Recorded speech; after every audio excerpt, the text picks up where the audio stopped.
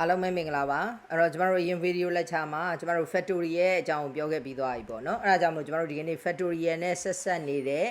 combination နဲ့ permutation ရဲ့အကြောင်းကိုသွားပါမယ်เนาะအဲ့တော့ကျမတို့တစ်ခုကတော့ combination ပေါ့เนาะ combination ဆိုတဲ့အတိုင်းပဲ तू ကဘာလုပ်တာလဲဆိုတော့အတွဲလေးတွေတွဲတာပေါ့เนาะအဲ့တော့နောက်တစ်ခုကတော့ permutationနော်အဲ့တော့ combination နဲ့ permutation ကိုကျွန်တော်တို့တော်တော်များများရောတတ်ပါတယ်เนาะအဲ့တော့ combination ဆိုတာဘာလဲ permutation ဆိုတာဘာလဲဥမာအဖြစ်ကျွန်တော်တို့စီမှာ ABC ဆိုပြီးတော့၃ခုရှိတယ်เนาะ ABC ဆိုပြီးတော့၃ခုရှိတဲ့အခါမှာ combination ကဟုတ်ပြီ ABC ၃ခုရှိတဲ့ထက်ကကျွန်တော်တို့ဘယ်နှခုတရဲတွဲခြင်းလဲเนาะအဲ့တော့ကိုတွဲခြင်းလောက်ပေါ့เนาะအဲ့တော့ဘယ်နှခုတရဲတွဲခြင်းလဲဆိုလို့ရှိရင်ကျွန်တော်တို့နှစ်ခုတရဲတွဲခြင်းတယ်ပေါ့နှစ်ခုတရဲတွဲခြင်းကျွန်တော်တို့ AB ရမယ် AC ရမယ်เนาะ A ကိုအဓိကထားပြီးတွဲလိုက်တယ် AB AC ကဲနောက်တစ်ခါ B ကိုအဓိကထားပြီးတွဲမယ်လို့ယူဆတဲ့အခါကျတော့ AB ပါပြီးသားဆို BA နဲ့အတူတူပဲသူကဆိုလိုတာက AB နဲ့ BA နဲ့အတူတူပဲလို့ယူဆတယ်အဲ့တော့ BA ကိုထပ်မထည့်တော့ဘူးအဲ့တော့ BC မပါသေးဘူးထည့်လိုက်မယ်တခါကျမတို့ C ကိုအဓိကထားပြီးတော့တွဲမယ်လို့စိတ်ကူးလိုက်တော့ CA ဆိုရင်ဒီမှာ AC ပါပြီးသားနောက်တစ်ခု CB ဆို BC ပါပြီးသားမယူတော့ဘူးအဲ့တော့ကျမတို့အတွဲဘယ်နဲ့တွဲရလဲဆိုတော့3တွဲရပါတယ်အဲ့ဒါဒီ combination မှာ permutation ကြတော့ तू ကဘယ်လိုတွက်လဲဆိုတော့ ABC 3ခုရှိတာနှစ်ခုတည်းတွဲမယ် तू ကဘာကိုထည့်စဉ်းစားလဲဆိုတော့ permutation က order ကိုထည့်စဉ်းစားတယ် order ကိုထည့်စဉ်းစားတယ်ဆိုတာ AB ဆိုတဲ့ကောင်နဲ့ BA ဆိုတဲ့ကောင်နဲ့အဲ့နှစ်ခုဒီမတူဘူးဘာလို့ဆိုတော့ AB ဆိုတာ A ရင်လာတာ BA ဆိုတာ B ရင်လာတာအဲ့တော့ order မတူတဲ့အတွက်မတူဘူးလို့ယူဆတာအဲ့တော့ permutation မှာကျွန်တော်တို့စုစုပေါင်းရှိတာကABC ဆိုပြီးတော့3ခုပေါ့နှစ်ခုတည်းတွဲခြင်းတယ်ဆိုရင်ကျွန်တော်တို့ဘာရှိမလဲဆိုတော့ AB ရှိမယ် AC ရှိမယ်နောက်တစ်ခါ BO ရှိရထားပြီးတွဲကြည့်မယ်ဆိုရင် BA ရှိမယ် BC ရှိမယ်နောက်တစ်ခု CO ရှိရထားပြီးတွဲကြည့်မယ်ဆိုရင် CA ရှိမယ် CB ရှိမယ်အဲ့တော့ကျွန်တော်တို့အတွဲဘယ်နဲ့တွဲရလဲဆိုတော့6တွဲရတယ်ပေါ့နော်အဲ့တော့ပြောချင်တာက combination နဲ့ permutation နဲ့အဓိကဘာကွာတယ်လဲလို့ပြောခဲ့ရင် combination က AB နဲ့ BA နဲ့ဒီအတူတူပဲလို့ယူဆတယ်เนาะအဲ့တော့ AB ဆိုတာလဲ A နဲ့ B ပဲဟာ BA ဆိုတာလဲ A နဲ့ B ပဲအတူတူပဲလို့ယူဆတယ် permutation ကကျတော့ AB ဆိုတာဒီ A ကရင်လာတာ BA ဆိုတာဒီ B ကရင်လာတာအဲ့နှစ်ခုမတူဘူးလို့ယူဆတယ်ဒါပဲအဲ့တော့ order မတူရင်မတူဘူးလို့ယူဆတယ်ဆိုရင် permutation order တူမတူဒါကြီးပဲဆိုတူတယ်လို့ယူဆတယ်ဆိုရင် combination ဒါပါပဲเนาะအဲ့တော့သူတို့နှစ်ခုရဲ့ကွာခြားချက်ကိုပြောပါဆိုရင် combination ရဲ့ကျကျွန်တော်တို့ဘယ်လိုတွက်လဲဆိုတော့ NCR equal to เนาะအဲ့တော့သူ့ရဲ့ပုံသင်နည်းက n factorial by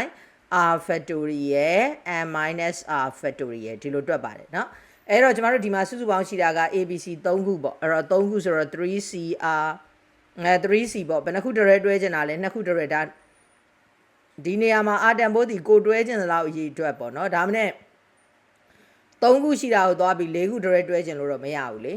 3ခုရှိတာကိုကျွန်တော်တို့3ခုတည်းတွဲချင်တယ်ရတယ်3ခုရှိတာကို2ခုတည်းတွဲချင်တယ်ရတယ်3ခုရှိတာကို1ခုတည်းတွဲချင်တယ်ရတယ်ဆိုလိုတာကအာတန်ပိုးဒီအန်ထဲငယ်လို့ရတယ်ညီလို့ရတယ်ကြီးသွားလို့တော့မရဘူးပေါ့เนาะအဲ့တော့ကျွန်တော်တို့ဒီမှာ n factorial ဆိုတော့3 factorial by r factorial ဆိုတော့2 factorial n minus r factorial ဆိုတော့3 minus 2 factorial เนาะအဲ့တော့ကျွန်တော်တို့ဒါလေးရှင်းမယ်ဆိုတော့3 factorialဆိုတာ3 factorialဆိုတာ3 into 2 into 1တနည်းအားဖြင့်ပြောမယ်ဆိုရင်တော့3 into 2 factorial ပေါ့เนาะထားပါတော့ကဲ2 factorialဆိုတော့2 into 1အမြောက်3 minus 1ဆိုတော့1 factorialဆိုတော့1အဲ့တော့2နဲ့ဒီက2နဲ့ကြေသွားတော့အဖြေဒီဘယ်နှတွဲရလဲဆိုတော့3တွဲကျွန်တော်တို့ဒီမှာ AB AC BC 3တွဲရတယ်ပေါ့เนาะအဲ့လိုပဲကျွန်တော်တို့ permutation ဆိုရင်ဘယ်လိုတွက်လဲဆိုတော့NBR ရဲ့ပုံသင်နည်းကကျတော့ n factorial by n minus r factorial ဒီပုံစံနဲ့တွက်ပါတယ်အဲ့တော့ကျွန်တော်တို့ဒီမှာဆိုရင်စုစုပေါင်းရှိတာဘယ်နှခုလဲဆိုရင်3ခုနှစ်ခုတည်းတွဲခြင်းတယ်ဆိုတော့ 3p2 เนาะ 3p2 အဲ့တော့3 factorial by เนาะ3 minus 2 factorial အပေါ်က3 factorial ကိုရှင်းတဲ့အခါကျတော့ကျွန်တော်တို့က3 into 2 into 1အောက်က3 minus 2 factorial ကိုရှင်းတော့1 factorial ဆိုတော့1ဆိုတော့အဖြေဒီ6တွဲရပါတယ်ပေါ့နော်အဲ့တော့ permutation နဲ့ combination တွေကကျွန်တော်တို့ဒီတိုင်းအလုပ်လုပ်ပါတယ်အဲ့တော့ဆိုကြပါစို့ကျွန်တော်တို့မြင်သာထင်သာအောင်ပြောရမယ်ဆိုရင်တော့ t ကဏ္ဍနေ နော်ထီတွေပေါ့နော်အဲ့တော့ကျွန်တော်တို့ထီတွေဘယ်နှလုံးတွေရှိလဲမသိဘူးကဲထားပါတော့အဲ့တော့ထီတွေမှာဆိုလို့ရှိရင်ဆိုကြပါစို့1345ဆိုတဲ့ဥစ္စာကဒါဟိုထွက်သွားတဲ့ထီကနန်းဆိုရင်ကျမတို့က1354ဆိုရင်ဒါဆိုကျမတို့ထီမပေါက်ဘူးဘာလို့ထီမပေါက်တာလဲဆိုရင် तू ကလုံးဝချွတ်ဆွတ်တူမပေါက်တာနော်အဲ့တော့ကျမတို့ကလုံးဝချွတ်ဆွတ်တူမထီပေါက်တာဖြစ်တဲ့အတွက်1345နဲ့1354ဆိုရင်ဒါဆိုရင်ဒီထီသည်မပေါက်ဘူးလို့ပြောလို့ရတယ်အဲ့တော့ကျမတို့ကဘာဖြစ်လဲဆိုတော့ order မတူတာနဲ့မတူဘူးလုံးဝချွတ်ဆွတ်တူမတူတာဖြစ်တဲ့အတွက်သူ့ကိုတွက်မယ်ဆိုရင်ကျမတို့ကဘာနဲ့တွက်ရလဲဆိုတော့ permutation နဲ့တွက်ရတယ်နော် permutation နဲ့တွက်ရတယ်အဲ့တော့ကျွန်တော်တို့ဥမာအဖြစ် password တွေဆိုလို့ရှိရင်ဆိုကြပါစို့ကျမရဲ့ password ကို234လို့ထားတယ်ပေါ့ဟာအဲ့ဒါဆိုတယောက်က324လို့ရိုက်ထည့်လိုက်တယ်ဆိုရင်အဲ့ဒီ password ကြီးသည်ပွန့်သွားမလားဆိုတော့မပွန့်ဘူးဘာလို့ဆိုတော့ကျမက234လို့ထားလိုက်လို့ရှိရင်234ချွတ်ဆွတ်တူမနော်ချွတ်ဆွတ်တူမဟိုပါပေါ့ပွန့်သွားမှာပေါ့အဲ့ဒါမျိုးဆိုကျမတို့ဘာကိုသုံးမလဲဆိုတော့ permutation ကိုသုံးပါနော်အဲ့တော့လုံးဝချွတ်ဆွတ်တူမကိုရမှာချွတ်ဆွတ်မတူရင်မရဘူးလို့ပြောခဲ့ရင်ကျမတို့ဒီ permutation ကိုသုံးပါတယ် combination ကြတော့အဲ့လိုမဟုတ်ဘူး combination ကြတော့ဥမာဝန်ထမ်း10ယောက်ရှိတယ်ဝန်ထမ်း10ယောက်ရှိတဲ့အခါမှာ9ယောက်တည်းတွဲခြင်းတယ်အဲ့ဒါဆိုရင်ဖြစ်နိုင်ချေဘယ်နဲ့တွဲရမလဲဆိုတော့နော်ကဲဝန်ထမ်း10ယောက်ရှိတယ်ကဲ2ယောက်တည်းပဲအရင်ထားကြည့်အောင်2ယောက်တည်းတွဲခြင်းတယ်2ယောက်တည်းတွဲခြင်းတယ်ဆိုရင်ကျမတို့အောင်နဲ့မောင်နဲ့တွဲထားတာနဲ့မောင်နဲ့အောင်နဲ့တွဲထားဒီလူတူတူပဲလေအဲ့ဒါမျိုးဆိုရင်ကျမတို့ကဘာကိုသုံးလဲဆိုရင် combination အဲ့တော့ combination ဆိုတာ AB နဲ့ BA နဲ့တူတယ်လို့ယူဆရဲဆိုရင် combination မဟုတ် order ကိုစဉ်းစားမှာနော် order ကိုစဉ်းစားမှာလုံးဝချွတ်တူမှပဲရမှာအဲ့ဒါဆိုရင်ကျမတို့ကဘာကိုသုံးလဲဆိုရင် permutation ကိုသုံးပါတယ်နော်အဲ့တော့ကျမတို့ဒီမှာနည်းနည်းလေးထပ်စဉ်းစားကြည့်မယ်ဆိုရင်နော်အဲ့တော့ကျမတို့ဆိုကြပါစို့ထီကနန်းတွေရှိတယ်ပေါ့နော်ထီကနန်းတွေရှိတယ်အဲ့တော့ထီကနန်းတွေရှိတယ်ဆိုလို့ရှိရင်နော်ကဲထားပါတော့ထီကနန်းတွေဆိုရင်ကျမတို့ထီကနန်းတွေကတော့အရှည်ကြီးတွေပါပဲเนาะအရှည်ကြီးတွေပဲကျွန်တော်တို့ဘယ်နှလုံးရှိလဲမသိဘူးเนาะထားပါတော့အဲ့တော့ကျွန်မလွယ်ကူကူနှစ်လုံးလောက်နဲ့တွက်ပြမယ်ပေါ့เนาะနှစ်လုံးလောက်နဲ့တွက်ပြမယ်ဆိုရင်ကျွန်တော်တို့စုစုပေါင်းရှိတာက0 to 9ဆိုတော့ဒီချစ်က10လုံးရှိတယ်เนาะအဲ့တော့ထီပေါက်တယ်ဆိုတာဘာဖြစ်မှပေါက်တာလဲဆိုတော့လုံးဝချွတ်ဆွတ်တူမှပေါက်တာအဲ့တော့ချွတ်ဆွတ်တူမှပေါက်တာဆိုတဲ့အတွက်ကျွန်တော်တို့ကဘာကိုသုံးမလဲဆိုတော့ permutation ကိုသုံးပါအဲ့တော့ဘာလို့10ဖြစ်တာလဲဆိုကျွန်တော်တို့ကိန်းဂဏန်းတွေမှာကြီးလိုက်လို့ရှိရင်ဘယ်နှလုံးရှိလဲဆိုတော့ကိန်းကနန်းနေမှာဆိုရင်အဲ့တော့ကျမတို့ကเนาะအဲ့တော့ T က6လုံးရှိတယ်ဆိုလို့ရှိရင် 10p6 เนาะဒီလိုဖြစ်မှာပေါ့เนาะကဲအဲ့တော့ကျမတို့က6လုံးဆိုရင်တွက်ရတာမျက်စိရဲ့အရန်မမြင်ပါဆိုလို့เนาะမျက်စိရဲ့အရန်မမြင်ပါဆိုလို့ကျမ2နဲ့ပဲတွက်ပြမယ်အဲ့တော့နှလုံးတွဲမယ်ဘာလို့10ဖြစ်တာလဲဆိုတော့0 to 9 t ဆိုရင်ကျမတို့10လုံးရှိပါတယ်အဲ့ဒီ10လုံးတွေကနေနှလုံးတွဲမယ်ဆိုတော့2เนาะအဲ့တော့သူ့ရဲ့ပုံသေးနီးကကျမတို့ဘယ်လိုတွက်လဲဆိုတော့ n factorial ပိုင်းဆိုတော့10 factorial ပိုင်း n minus r factorial ဆိုတော့ n minus r ဆိုတော့ n က10ဆိုတော့10 minus 2 factorial ဒီလိုတွက်တယ်เนาะအဲ့တော့ကျမတို့ဒီကောင်လေးကိုရှင်းလိုက်မယ်ဆိုရင်10 factorial ဆိုတာ10 into 9 into ဟုတ်တယ်เนาะအနောက်ကနေပြီးတော့8 7 6 5 4 3 2 1ဆိုဒီလိုသွားမှာဆိုတော့ဒီနောက်ကကောင်ကိုကျမချုပ်ပြီးတော့8 factorial လို့ရေးလိုက်မယ်အဲ့တော့ကျမတို့အောက်က10 minus 2 factorial ဆိုတော့ကျမတို့ဘယ်လောက်ရမလဲဆိုတော့8 factorial အဲ့တော့ကျမတို့8 factorial နဲ့8 factorial နဲ့ကြေသွားတယ်ပေါ့နော်ကြေသွားတော့ကျမတို့အလုံး90ပေါ့နော်အလုံး90ရှိတယ်ဒါမှမဟုတ်အဲ့ဒီအလုံး90ထဲမှာဆိုရင်နော်အလုံး90ထဲမှာဆိုကျမတို့ကဒီမှာက1 2 1 3 1 4ဒီလိုပါတယ်ကျမပြောချင်တာ0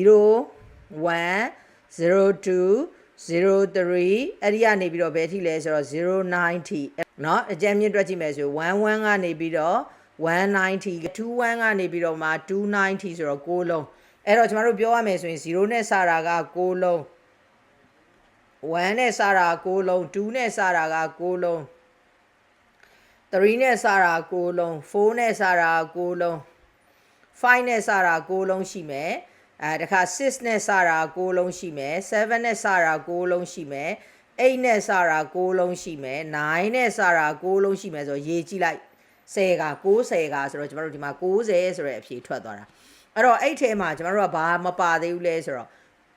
तू ကမတူတဲ့ကောင်တွေတွဲတယ်ဆိုမှတော့မတူတဲ့ကောင်တွေတွဲတာတူတဲ့ကောင်တွေမပါဘူးအဲ့တော့ကျမတို့ဘာတွေပြုတ်ကြကြနေခဲ့လဲဆိုတော့00တို့เนาะ11တို့အဲ့တော့22 33 44 55အဲ့ဒီကနေပြီးတော့ကျမတို့ဘယ်ထိလဲဆိုတော့ 990အဲ့တော့00ကနေ990ဆိုတော့အဲ့မှာနောက်ထပ်10လုံးပေါင်းလိုက်တော့ကျမတို့တကယ်လို့ထီကနန်းကသာ2လုံးဖြစ်ခဲ့မယ်ဆိုရင်စုစုပေါင်းအလုံး100ရှိတယ်ဆိုပြီးအဲ့လိုထွက်လာတာပေါ့နော်အဲ့တော့ကျမတို့ကဒီ permutation တို့ combination တို့မှာတော့ဘာလေးတွေမပါဘူးလဲဆိုတော့အဲ့လိုတူတဲ့ကောင်လေးတွေမပါဘူးဖြစ်တာပေါ့နော်အဲ့တော့ကျမတို့ပြန်ကောက်အောင်မယ်ဆိုရင်တော့ AB နဲ့ BA နဲ့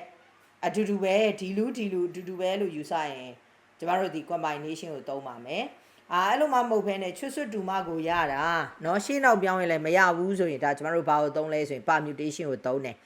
အဲ့တော့ကျမတို့က password တွေဘာတွေထားတယ်ဆိုရင်ကျမတို့ပြောတယ်အနည်းဆုံး8လုံးရှိရမယ်လို့ပြောတယ်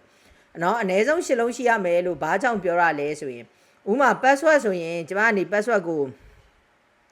35ခွန်းလို့ထားလိုက်တယ်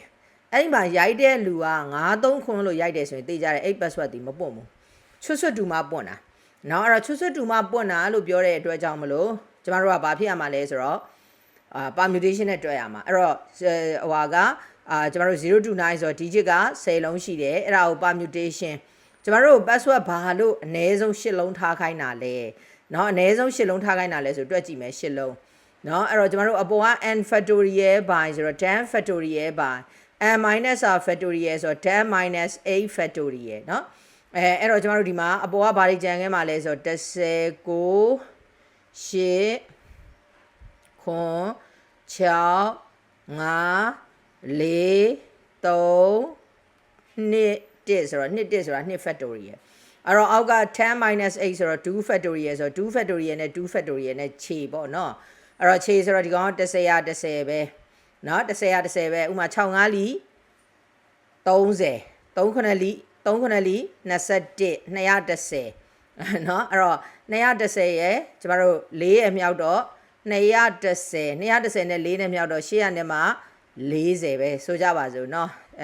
840အမြောက်เนาะ840အမြောက်9 8လီเนาะ8 9လီ82ရဲ့3ရဲ့82ပေါ့เนาะsorry 82เนาะ82နဲ့3နဲ့မြောက်3နဲ့လီ6 210နဲ့မှ6အဲ့တော့ဒီကောင်တွေထက်မြောက်ဆိုရင်ကိုကျမတို့ကကိန်းကနန်းကဘယ်လောက်ရမလဲကျမတို့တွက်ကြည့်အောင်เนาะအဲ့တော့800နဲ့မှ40ရဲ့10မြောက်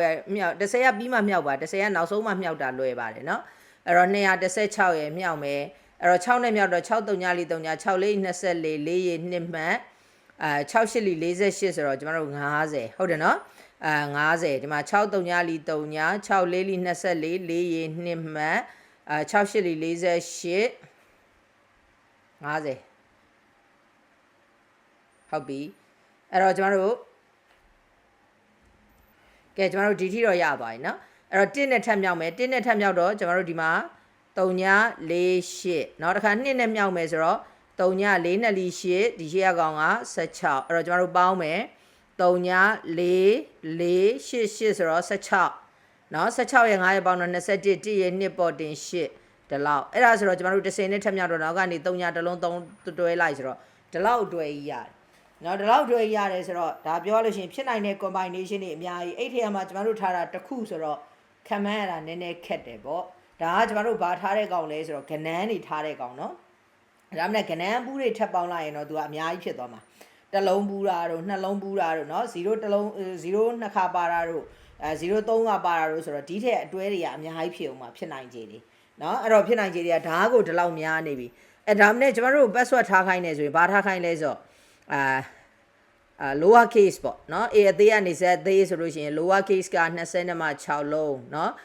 ကျမတို့ upper case ထည့်အောင်ဆို a ကနေပြီးတော့ z အကြီးဆိုရင်အဲ့ဒါကလည်း20နဲ့မှ6လုံးเนาะနောက်တစ်ခုကကျတော့ဒီချစ်တစ်လုံးပါကိုပါမယ်ဆို0 to 9ကစုစုပေါင်းက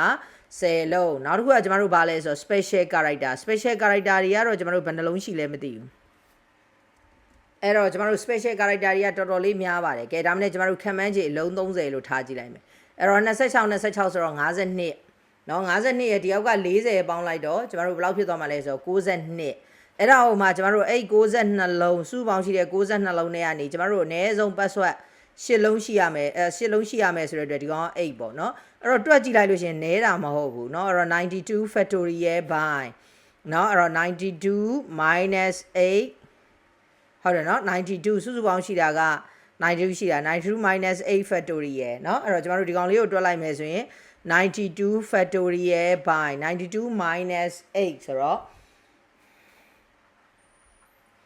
factorial 84ပေါ့เนาะ84အဲ့တော့အဲ့ဒါကိုရှင်းမယ်ဆိုလို့ရှိရင်ကိုကျမတို့ကအောက်က84နဲ့ခြေလိုက်မယ်ဆိုရင်ကိုအပေါ်ကကောင်က62ကနေပြီးတော့မှကျမတို့85အထိမြှောက်အောင်ပါဆိုတော့အတွဲတွေကိုအများကြီးပဲအဲ့တော့အဲ့ဒီအတွဲတွေတွေကတခုခံမှန်းဖို့ရဆိုတာမလွယ်ဘူးပေါ့เนาะအဲ့တော့ကျမတို့ password တွေပါထားရဲဆိုတချို့ဟာတွေကျတော့အချိန်ဘလောက်အတွင်းမှာပြီးအောင်ရိုက်ပေါ့အဲ့ဒီအချိန်ဘလောက်အတွင်းမှာမှကျမတို့ဒလွဲတွေလုံနေတယ်ဆိုရင်เนาะဒါကျမတို့လော့ကျသွားပြီပေါ့เนาะအဲ့လိုမျိုးတွေအလန်းမြည်တယ်တို့ဒါမျိုးတွေရှိတယ်ပေါ့เนาะအဲ့တော့ကျမတို့ကဘာဖြစ်လဲဆိုတော့ဖြစ်နိုင်တဲ့ combination အတွဲလေးတွေကိုကျမတို့က set တွေကိုသုံးပြီးတော့ခံမှန်းလို့ရတယ်အဲ့မှာကျမတို့က password ကိုနည်းနည်းခက်အလုံးရည်အတွက်နည်းနည်းလေးပဲထားလိုက်မယ်ဆိုလို့ရှိရင်တော့အဲ့လိုမျိုးခံမှန်းရတာသူသတ်မှတ်ထားတဲ့ချိန်တိုက်တာအတွင်းမှာပြီးသွားတာမျိုးဖြစ်နိုင်တယ်ပေါ့ကျမတို့တကယ်လို့အဲ့လိုမှမဟုတ်ဘဲနဲ့ password အနည်းဆုံး10လုံးထားမယ်ဆိုရင်ဖြစ်နိုင်တဲ့ combination တွေကိုခံမှန်းဖို့ဆိုတာသူသတ်မှတ်ထားတဲ့အချိန်တိုက်တာအတွင်းမှာမပြီးနိုင်ဘူးပေါ့အားကြောင့်မလို့ကျမတို့က secure ဖြစ်တယ်ဒီလိုပြောတာပါအဲ့တော့ permutation နဲ့ combination ကိုကျမတို့အဲ့လိုအခြေအနေမျိုးမှာသုံးပါတယ်เนาะအဲ့တော့ combination ကတော့ဘယ်အချိန်လဲဆိုလို့ရှိရင်ခုနပြောတဲ့ AB နဲ့ BA နဲ့အတူတူပဲလို့ယူဆတဲ့အချိန်ဥမာဝန်ထမ်း10ယောက်ရှိတယ်เนาะအဲ့တော့ဝန်ထမ်းရှိတာက10ယောက်ပေါ့10ယောက်ကိုမှကျွန်မ3ယောက်တွဲချင်တာပေါ့เนาะအဲ့ဒါဆိုလို့ရှိရင်10 3ယောက်တွဲချင်တာဆိုတော့ 10C3 เนาะအဲ့တော့သူ့ကိုတွက်မယ်ဆို n factorial by ဆိုတော့ sorry 10 factorial by r factorial ဆိုတော့3 factorial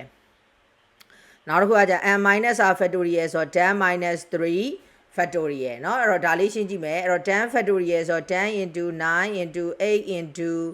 7 factorial เนาะအောက်ကကောင်ကိုတွက်မယ်ဆို3 into 3 factorial ဆိုတော့3 into 2 into 1 into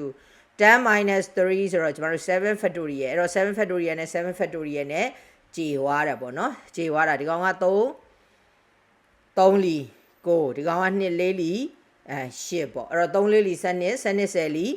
120အတွဲပေါင်းကျမတို့120ရမယ်ပေါ့เนาะအဲ့ဒါမျိုးဆိုရင်ကျမတို့ကဒါ combination ကိုသုံးနေပေါ့ဒါဆိုရင်တော့ကျမတို့ combination နဲ့ permutation ရဲ့ကွာခြားချက်လေးကိုသဘောပေါက်လိမ့်မယ်နဲ့တူပါတယ်ကျေးဇူးတင်ပါတယ်ကျမတို့နောက်ဗီဒီယိုလက်ချာမှာသင်ချာကိုဆက်ပြီးလေ့လာကြပါမယ်